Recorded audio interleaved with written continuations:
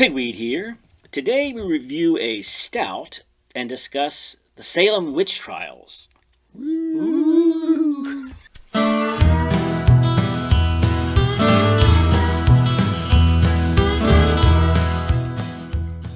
Hello and welcome to Beer and Conversation with Pigweed and Crowhill. Good evening, Crowhill. Good evening, Pigweed. So, what's on your mind? You know, I've got a strange thing to confess to you, which is back, since we're going to be talking about the Salem witch trials, back in my late teens, early 20s, every fall, when things would start to turn, you know, people would start to have all this Halloween kind of stuff, it just kind of became a witchy time. Yeah, you know? It really bothered me. It was like, and bothered is the wrong word, but somehow or other, for the course of maybe 5 years, every fall, the whole idea of all these, you know, witches and crazy stuff would kind of be on my mind. And I never believed it, you know, and it's not like I ever thought that there was anything serious about it, but it was just, it weighed heavily on my mind. It wasn't the season or the weather or anything. It was actually the witchy parts. Yeah. It was weird. It was a very, very strange experience because I would, like, you know, I'd be driving along and the wind would blow a bunch of dry leaves across the road, and it would just give me this odd, spooky feeling. Well, it's supposed to. It's a spooky time of year. It's a spooky time of year. That's why we have a spooky kind of beer. That's right. Oh, we do have a spooky kind of a beer. What do we got? Yes, we have Warlock. Imperial Pumpkin Stout. An Imperial Pumpkin Stout. From Southern Tier Brewing Company. Yes, which is from upstate New York. Okay, why is it Southern Tier? I have no idea. Yeah, okay. And so every year I feel obligated, just like I get Dunkin' Donuts pumpkin spice latte. I have to have a pumpkin beer, which I don't particularly care for. I don't either, yeah. So I figured if I went both Imperial and Stout, it might really, it just give me hints of pumpkin. Might undo some of that pumpkinness, yeah.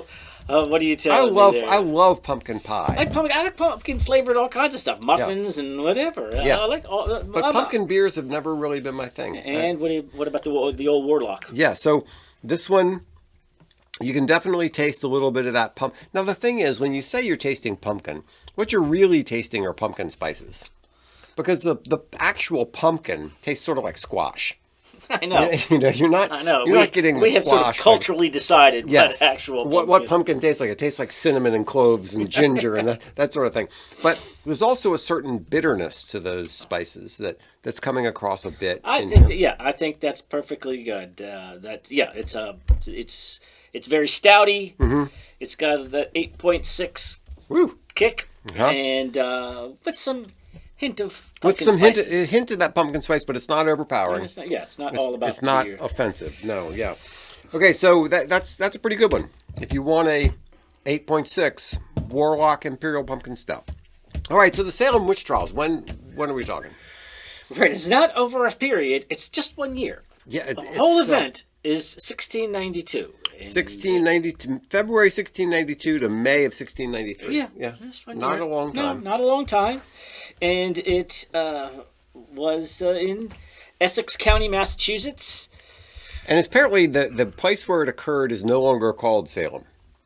Well, there was Salem Town and Salem Village. Right. And Salem Town is now Danvers, and Salem Village is now Salem. Right. So, right? Yeah, the one that didn't have the problem took the name. It's kind of weird. I think the one that, and it's important that one was on the coast. So one was the mercantile town with shipping and, you know, ports and trading and stuff. Right. And then the other one that was inland was the village. I see. And that was the farming community. And, you know, a little less prosperous. Yeah. So that's beginning. There was a little bit of conflict between the two areas. And the church that everybody had to go to, there was one congregation, and that congregation was in the town. Okay. So the people in the village wanted their own congregation instead of having to. I mean, back then, if you're going 10 miles, that's a drive when you got to hitch up the wagon. And, So that's the beginning of the tensions that lead up to, or that we'll talk about. that end up with the witches. Now, spoiler alert, there are no actual witches. Are you sure? So, I don't mean to make fun of the Porters and the Putnams. So there's also like two powerful families. Yeah.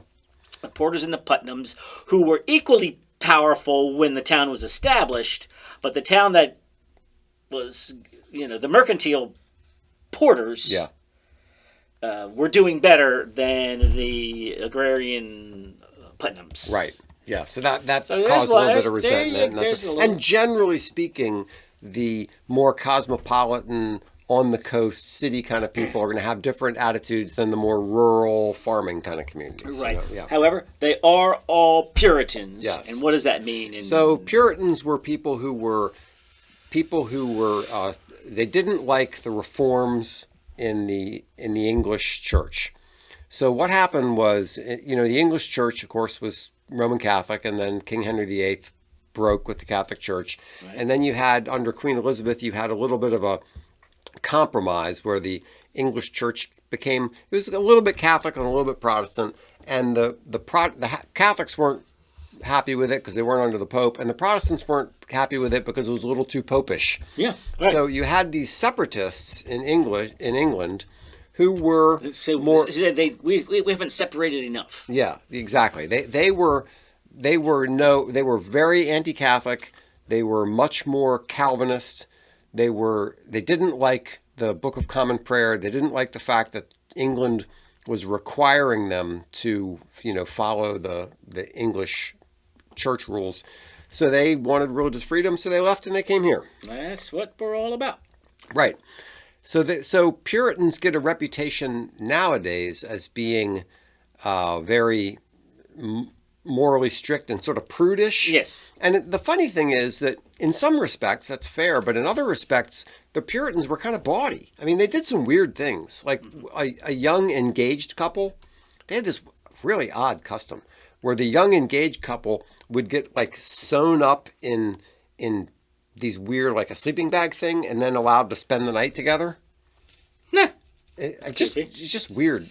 So there was some bawdiness to Puritanism too. And in hearing this tale, they're talking about the men gathering in the tavern, and I'm like, tavern? I figured the Puritans they drank. That was straight up abstinence. Everybody drank back then. Yeah. Okay. I was surprised about that. Now, so what is Calvinist and determinist? What is that? So Calvinism. I'm just curious if any of this plays into this. Witchcraft. I've been wondering about that because Calvinism. A lot of people reduce Calvinism to what's called the 5 points of Calvinism, but Calvinism is much more broader than that. What Calvinism really comes down to is congregational church government, which the Puritans followed, and a view of the sacrament as that was neither the Catholic view that the bread and the wine become the body and blood of Christ, nor the Lutheran view that the body and blood of Christ are somehow there with the bread and wine. But the Calvinist view was more of a spiritual presence of Christ in the bread and wine.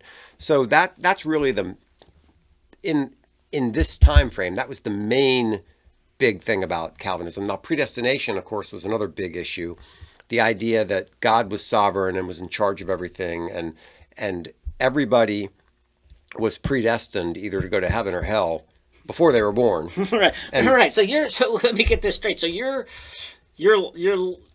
if you're not living your best religious life, well, clearly that means you're not on the list. And if you, so that means what you need to do is live your best religious life in the hopes that you are on, well, at least that's an indication that you might be on the list. Yeah, so it's yes, but it's a little more complicated than that because there's also room for repentance. So somebody who's the town drunk and, spends his whole life living a very non-Christian life, who then repents, okay, fine. He's now one of the believers. So but he still has to be on the proper list that existed before he was born. But the other problem is nobody knows what that list says, right? So in some ways it's a very odd thing to it becomes a mind game trying to play with this. Like, I don't know if I'm on the list or not, but I know that if I actually have genuine faith, I guess I must be.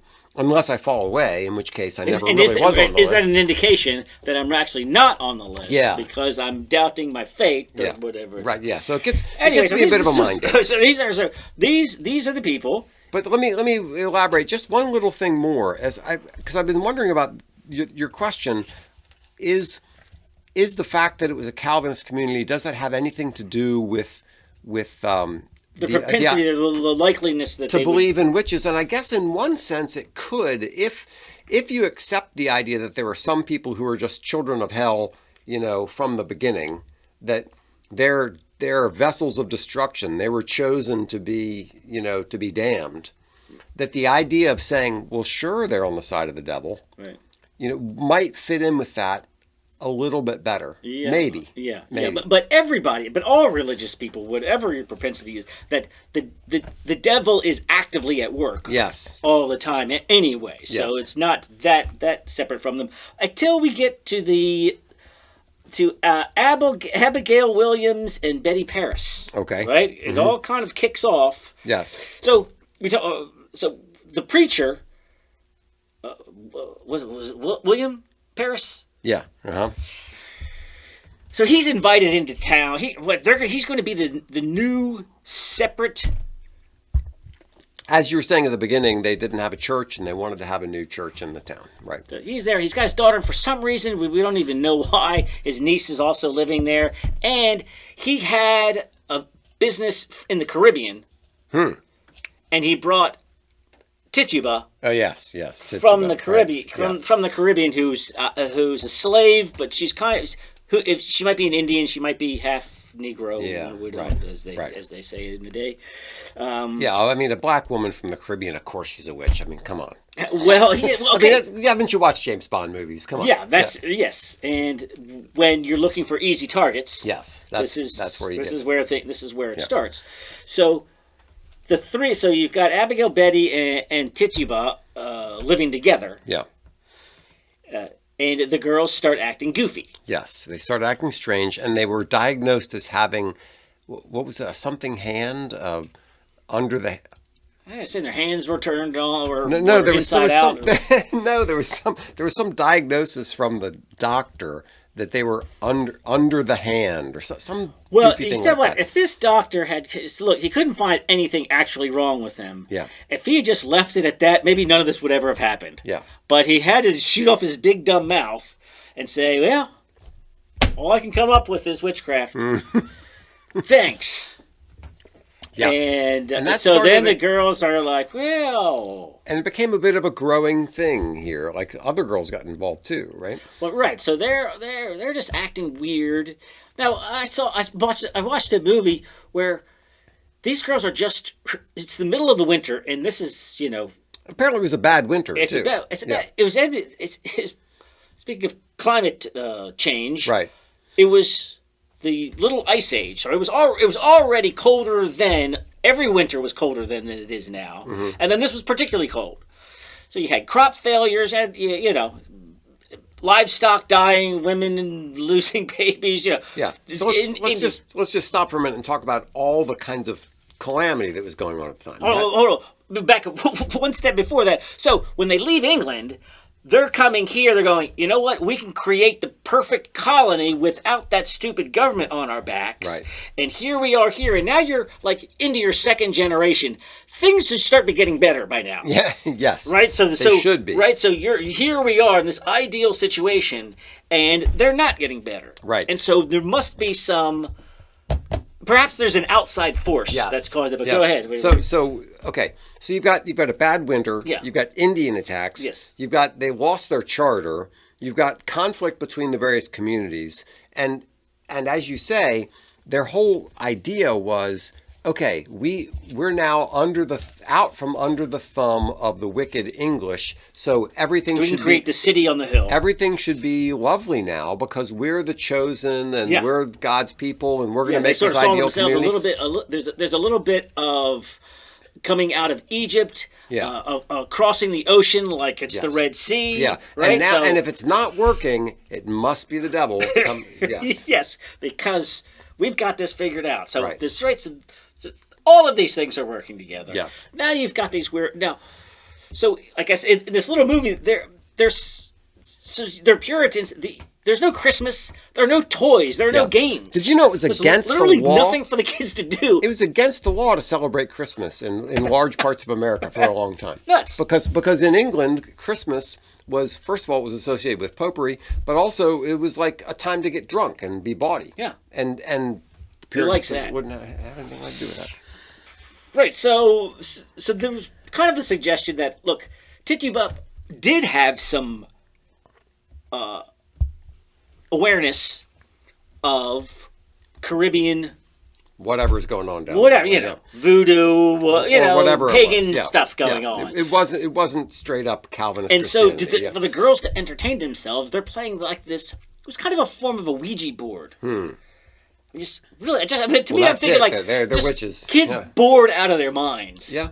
And so whatever their behavior comes from, they decide that, who knows? But one of the things is them just going, all right, we're in big trouble now.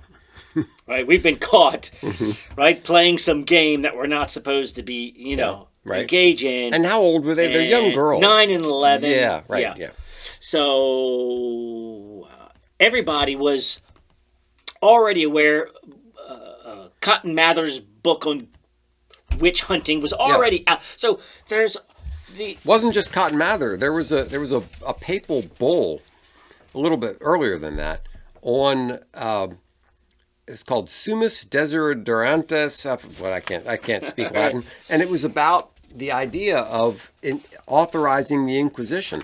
So this whole idea these kids been around. These kids would have been aware of the kind of signs that a witch hunter is looking for. Yes. Right. Yep. So I feel like I'm being pinched. Oh, right, because they didn't make this up. Is that what pinching comes? The devil pinching you?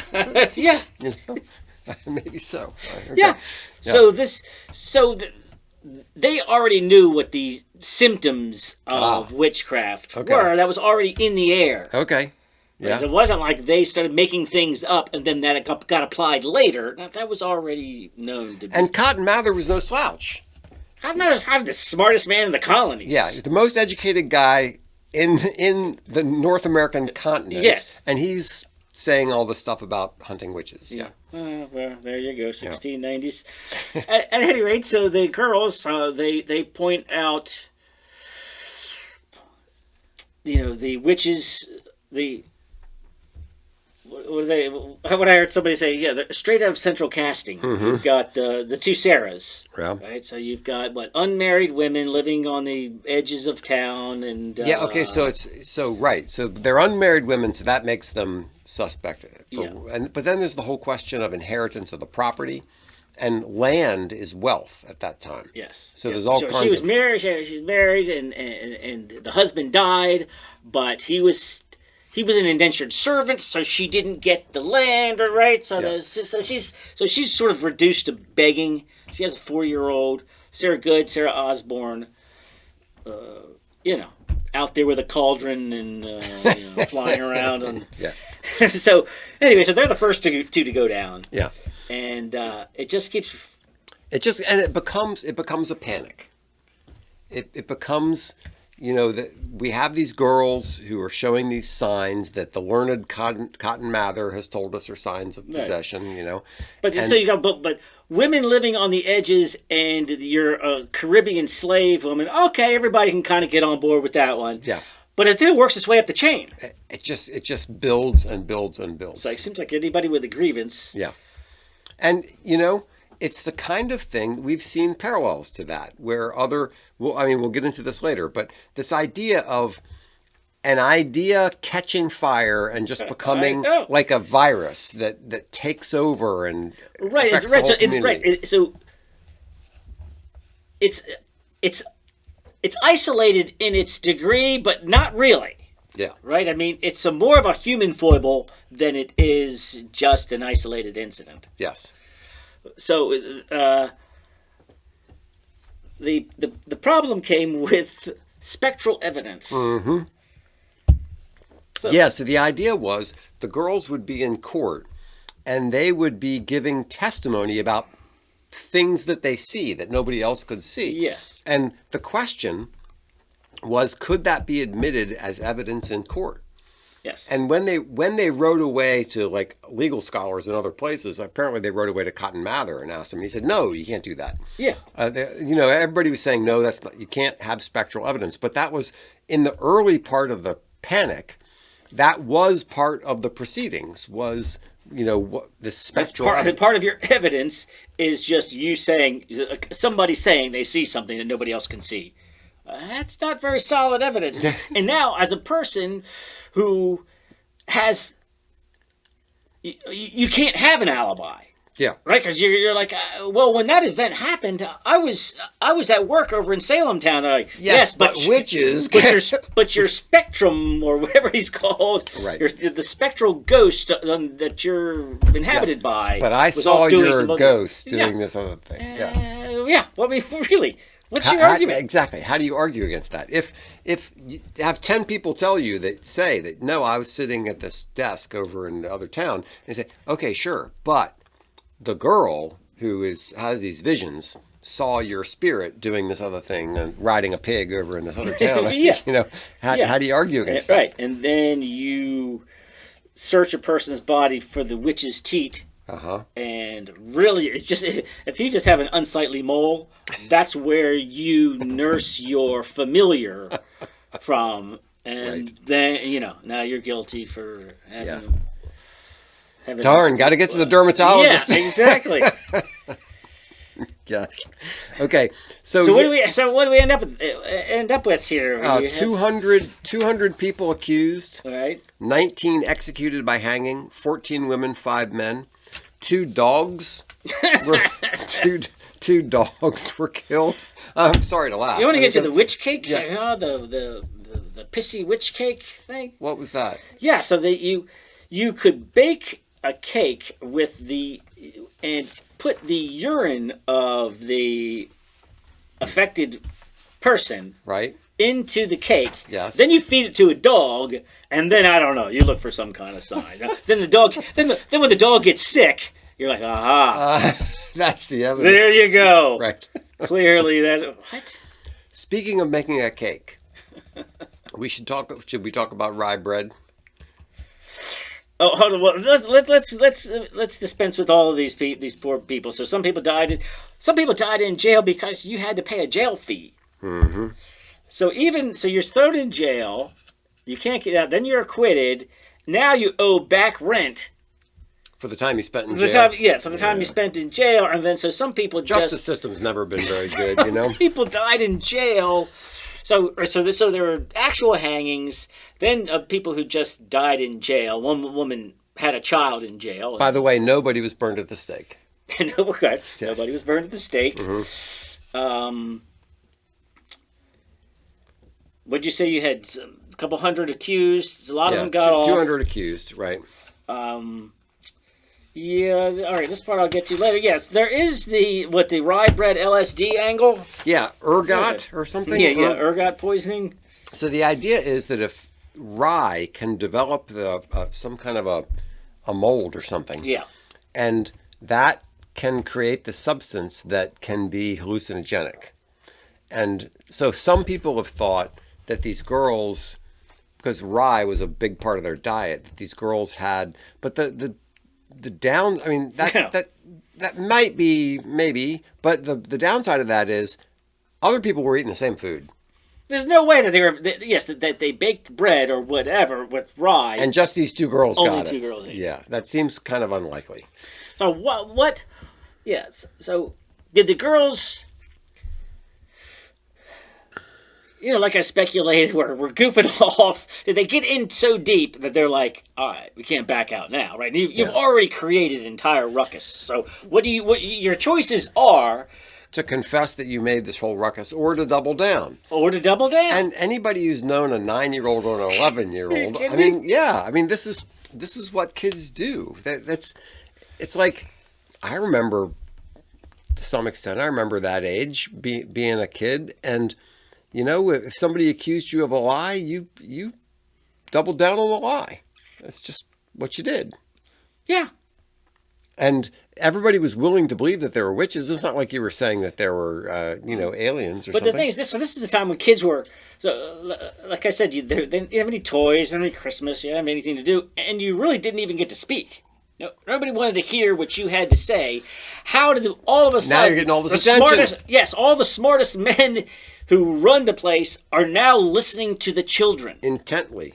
Well, right, so that's where these other factors come in. You're only listening to the children because you've got this land dispute with the right. So you know what I mean. It's not that they actually. It's not that under other circumstances anybody would be listening to the blathering of dumb children. Unless it's kind of convenient. In a way, this is sort of like the never let a crisis go to waste. It's like it's like here's some hysteria that's growing, and boy, I don't want to believe, but I might be able to use this to get that old widow out of the way so I can get her property. Right. Or that any other kind of grudges and disputes might be settled along the way. Yes. Personal vendettas. Right. And then I think what happens as it climbs up the chain and starts getting people that you didn't really want, then you start calling for cooler heads to prevail. Yes. And I think that's kind of how it happened. And it's very easy. It's very easy to see how that kind of an attitude can take over because we can see it in our own lives in like things that happen in Congress where all of a sudden there's some issue where everybody gets all upset and all of a sudden there's like settling political scores over this thing, whether it's... it seemed to move fast for a time when everything moved slowly. Can you imagine having to get some permission from England to do something in 1692? Right? It took 8 months. Exactly, to get a letter over and a response back. Yes. So, or even up to, I don't know, whatever the head of the colony, to Boston or something, or New Haven, or wherever Harvard was. Right. Even that is going to take some time. Right, yeah. Mm-hmm.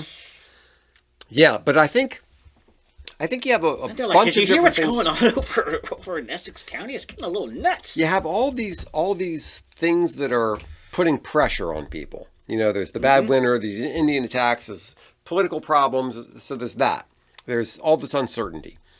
Then you have sort of this underlying fear, kind of religiously induced fear of spiritual forces being against you. Then on top of that, you have, gosh, this is a good opportunity, to get my enemies. I always knew there was something wrong with that lady down the road. Yeah, it makes sense. And now I've got some ammunition on my side. So all these things kind of boiled in together, created this crazy panic. Yes, and from what I heard, somebody speculate that this was the first government cover-up. So one of the reasons that it's still so uncertain is that there's really very little evidence, including they don't know where these hangings took place. Right. So this was a case where they were like, all right, we really effed this one up, and how about we just pretend it didn't happen? Mm-hmm. That it was also where the kinds of things that historians look for, such as letters and diaries, was not the kind of thing that Puritans were very prone to, for whatever reason. I guess, I don't know, spilling your guts in a letter, does that, I don't know, it seems like anybody would have done that back then. Well, I don't know. Maybe it was more a question of the ease of getting writing materials. Like having...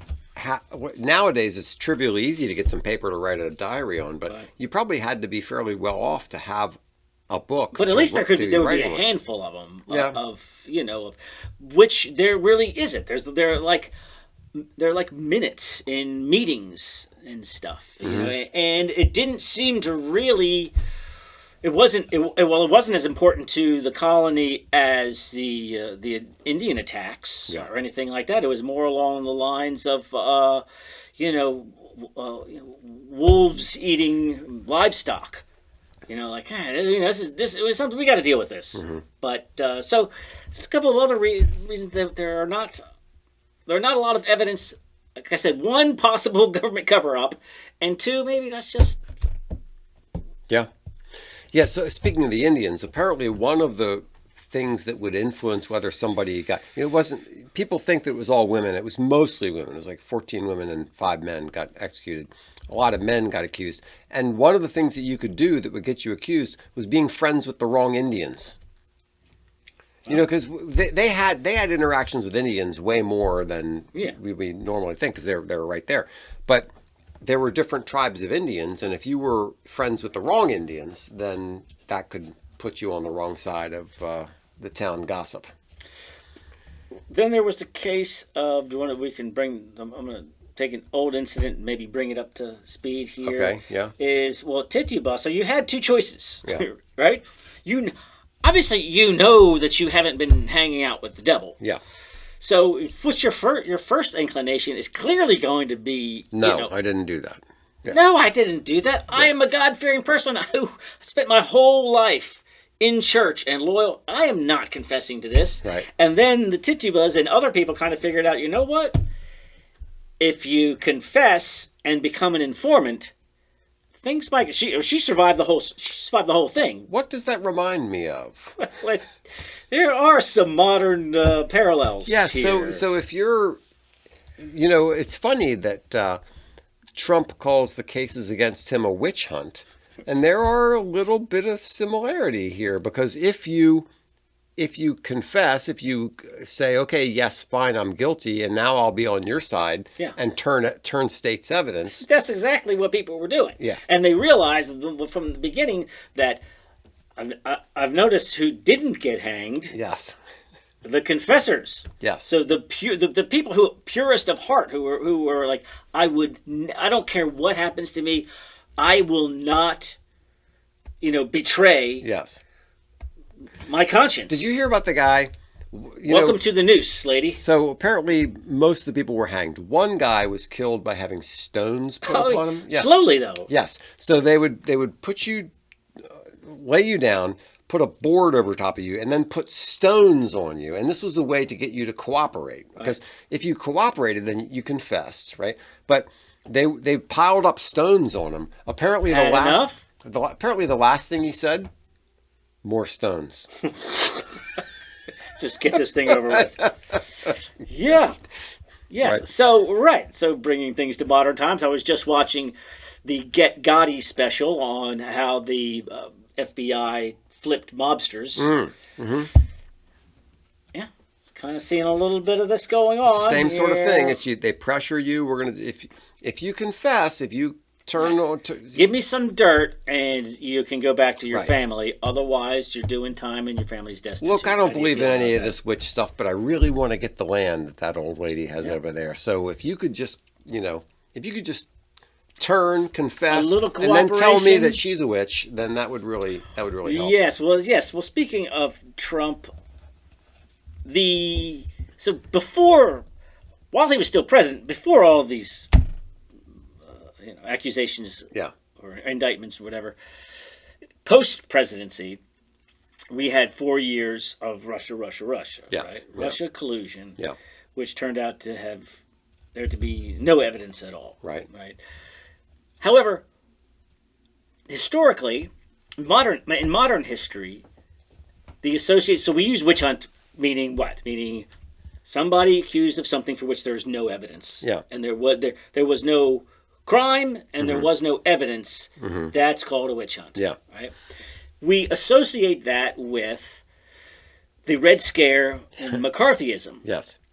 And in listening to a show on this, they're going, making this association between the two and saying, yes, there was this panicked fear of communism with no evidence. Yeah. Whatsoever. No evidence at all. So that's why this is the exact metaphor for the Red Scare as it was. There was no witchcraft and there were no witches and there was no communism and there were no communists. So that's why this is such a perfect metaphor. And that's why kidding me? And that's why the Crucible came out at that time. Right, and it was gosh. I mean, apparently it's a very good play. Yeah. Haven't seen it, but it was at that time and perfectly captured the spirit. Let me back this up again. You're saying there was no communism and no communists? Yeah, right. I mean, it's so strange because I'm not defending McCarthy, but obviously the Soviet Union was our adversary. They stole information from the Manhattan Project. We had communists involved in the Manhattan Project. We had communists all up and down in Hollywood. We had communists and in academia, we still do. And we probably had communists in Congress, or at least in staff in Congress. And so the idea that there was no basis for the so-called Red Scare is just insane. Obviously, there was a basis for that. Right. It was just like the Salem witch trial, where there was nothing to support it. Yeah. Are you? Yeah. And now, what are you talking about? Okay, so they went too far. Fine, they went too far. But yes, there were communists who were trying to infiltrate us, who were trying to get our secrets to take them back to the Soviet Union. That's an indisputable fact. Yes, there are communists on campus right now. Right now, and this is after the failure of communism. You don't think back in the 50s when, you know what, it was looking like possibly a pretty good alternative. Yeah.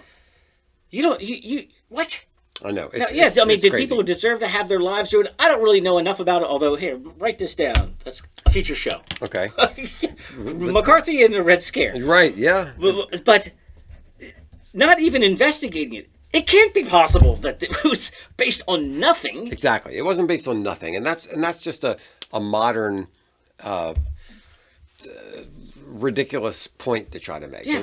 Of course it was based on something. Now, did they go too far? Fine, they went too far. But there was something there. Now, the other thing that I'd like to ask you is, well, let's get back to if you say you're not a witch, yes, that makes you a witch, right? Yeah, right. So you have two choices. You can admit that you're a witch, and then you'll be forgiven. Or say you're not a witch, and then which is evidence of being a witch. Right, which is the same thing as if you say you're not a racist. That's evidence of being a racist. And if you say you're racist, well, you just said it. So yeah, there's that. It's the Kafka trap 400 years before Kafka. Yes. Yes. And then the other thing is, let's say we go forward in time to the year 2323, and people are looking back on the Salem witch trials, and they're looking back on people who think boys can become girls and girls can become boys.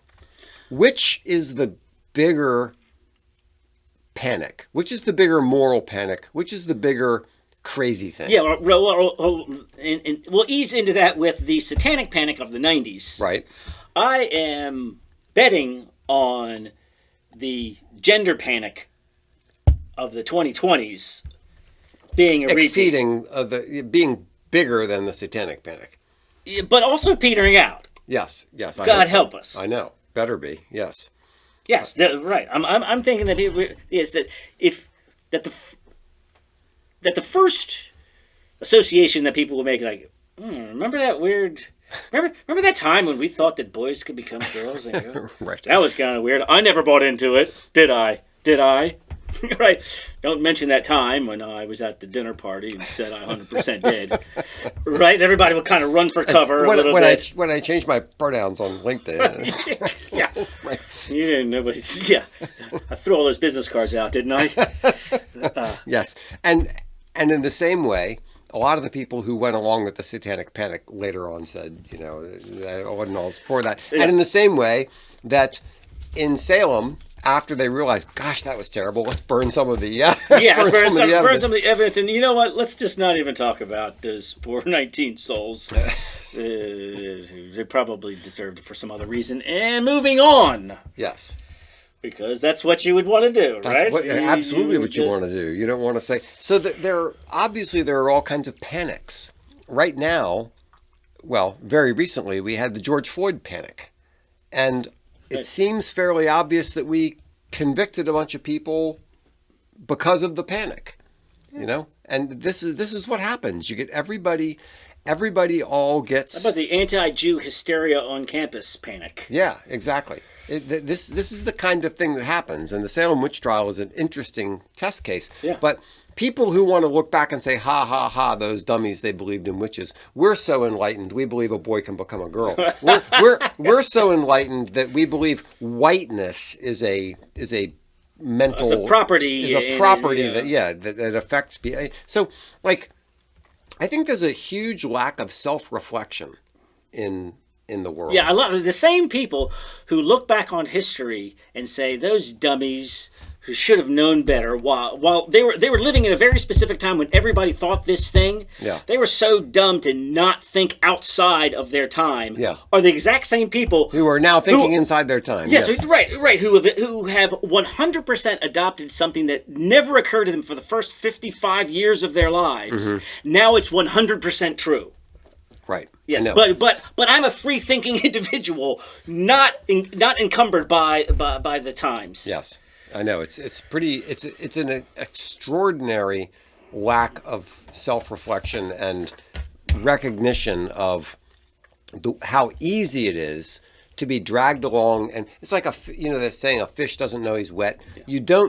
You don't know all the things that you just assume that you're being fed by the culture that you. But it's mostly educated, air quotes, smart people. Yes. Who are doing this. All right, can I move on to something more fun? Yes, you can. Because I got something fun for the kiddies. Okay. I've got a little October fun. Okay. For the kiddies. Mm-hmm. It's I'm going to put this out there for our educators of young minds. Okay. Because in this month of October, I'd like to combine two quintessential events of October, and that's Halloween, of course, and, not Columbus Day, but Indigenous Peoples Day. Okay. So, this is what we already had that a little while ago. Yeah, right, in this month. Aren't there 3 of them? Yeah, there's one of the United Nations. Yeah. There's the one to replace Columbus Day, and then there's the one the day after Thanksgiving to try to replace Thanksgiving Day. All right. So, you can't have enough. Yeah. You can't have enough. And I've got the perfect event for you. Okay. For you little teachers out there. Yes. I would say as a craft, have each of the kids color and decorate a heart in any way they want. You've got little glitter and stuff like that. Yeah, and tape it to their chests. Okay. And then they form a long line. Yes. Right? Yeah. And then you choose a couple of Latino students. I see. No appropriation. Who come and rip the hearts out or something? Yes, they dress up as indigenous priests, and as the kids go by, they rip off the hearts and they throw them into a bucket of fake blood. Okay. And this way the kids get to experience the scary part of Halloween and gain an appreciation of how indigenous peoples treated each other in pre-Columbian times. Okay, I like it. Doesn't that sound... It sounds lovely. It sounds like a good October event. I think that would be very educational. Educational. You get into the spirit of the month. Multicultural. I know. And yes. It flips all the right levers. I mean, it's an indigenous peoples thing. Yeah. It's multicultural. Yes. Right? And added benefit, you get to separate people by race. Yeah, absolutely. Right? I mean, it checks all the boxes for modern education. I don't see how this could go wrong. How could it possibly go wrong? All right. So, to human sacrifice. To human sacrifice for Halloween. Cheers. Thanks so much for listening to Beer and Conversation with Pigweed and Crowhill. Remember to visit us at pigweedandcrowhill.com or send us an email at pigweedshow@gmail.com.